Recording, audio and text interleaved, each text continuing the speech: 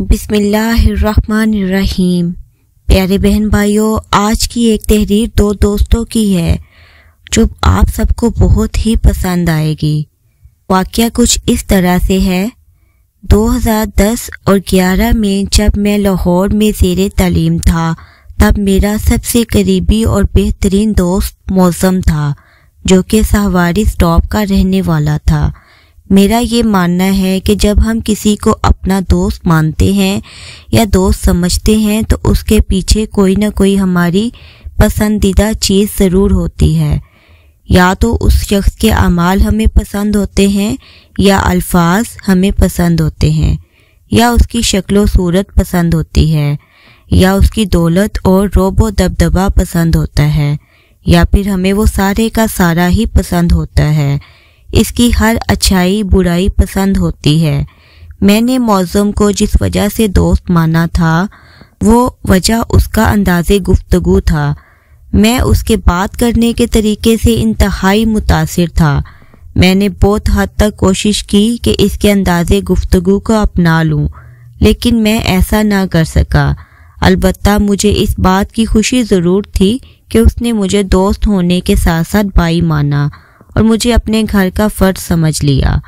اس کی خوبیوں میں ایک بڑی خوبی یہ بھی تھی، مجھ سے اس کے بہت گہرے تعلقات ہونے کے باوجود کبھی بھی اس نے مجھے اپنی ماں، بہن یا کسی بھی نسوانی رشتے سے نہیں ملوایا، نہ ہی کبھی میرا اور ان کا سامنا ہونے دیا۔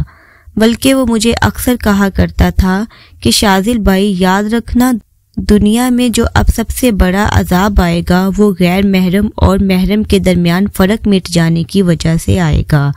وہ مجھ سے اتنی بڑی بڑی باتیں کرتا تھا جو تب میں نہیں سمجھ پا رہا تھا، مگر آج جب سمجھا ہوں تو تب مجھے پتا چلا ہے کہ معظم ہم میں نہیں رہا۔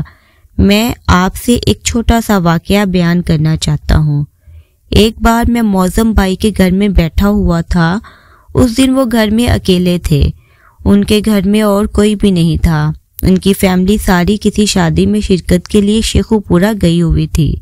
میں اور معظم بھائی وہیں پر بیٹھ کر کالج کی ایک اسائنمنٹ بنا رہے تھے کہ اسی دوران موسم خراب ہو گیا۔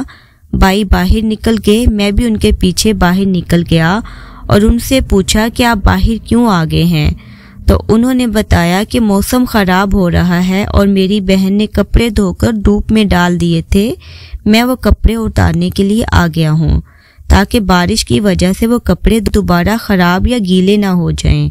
جب میں نے بھائی کی یہ بات سنی تو میں بھی ان کی مدد کرنے لگا، لیکن ابھی میں نے پہلے کپڑے کو ہاتھ ڈالا ہی تھا تو مجھے انہوں نے منع کر دیا اور کہا، یار اس میں میری والدہ اور بہن کے کپڑے ہیں، میں نہیں چاہتا کہ میری والدہ یا بہن کے کپڑوں کو کوئی غیر محرم چھو لے۔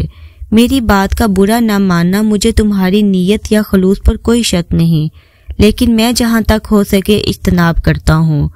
میں بھی بھائی کی اس بات سے متفق تھا، اس لیے کپڑے اتارنا چھوڑ دیے اور وہیں کھڑے ہو کر ان کے فارغ ہونے کا انتظار کرنے لگا۔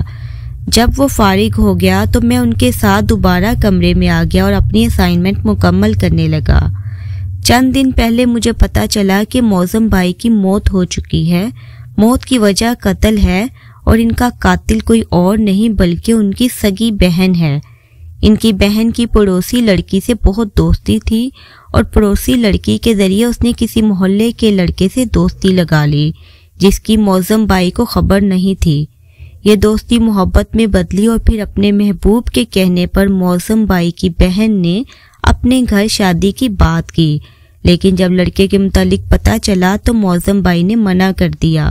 نہ جانے کیسے ایک ایسی بہن کے دل میں اپنے بھائی کے متعلق یہ وہم چلا گیا کہ اس کا بھائی اس کی محبت کی راہ میں رکاوٹ بن رہا ہے۔ ایک ایسا بھائی جو یہ بھی نہیں برداشت کرتا تھا کہ اس کی بہن کے کپڑوں کو یا لباس کو کوئی غیر محرم مرد چھوئے۔ ایک ایسا بھائی جو اپنے ایمان کی مانند اپنی بہن کی حفاظت کیا کرتا تھا، اور شادی سے انکار کی حقیقی وجہ بھی یہی تھی۔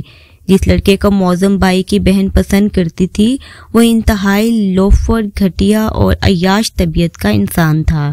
معظم بھائی کے انکار پر ان کی بہن نے بظاہر تو کوئی رد عمل نہ دیا، مگر خفیہ طور پر اس نے اپنے محبوب سے اپنے رابطے بحال رکھے۔ ایک دن جب بھائی کی ساری فیملی کسی فنکشن پر گاؤں جا رہی تھی، تب ان کی بہن نے پیپرز کا بہانہ کر کے ساتھ جانے سے منع کر دیا، تو مجبوراً معظم بھائی کو بھی رکنا پڑ گیا۔ بہن نے رات کو جب کھانا بنایا تو کھانے کے اندر زہر ملا دیا اور کھانا دے کر معظم بھائی کے کمرے کا دروازہ باہر سے بند کر دیا، خود اپنے عاشق کے ساتھ فرار ہو گئی۔ جب 3 دن بعد گھر والے واپس پہنچے تو ان کو اپنی بیٹی کے کرتوت اور بیٹے کی موت کی خبر ملی تو پاؤں تلے سے زمین نکل گئی۔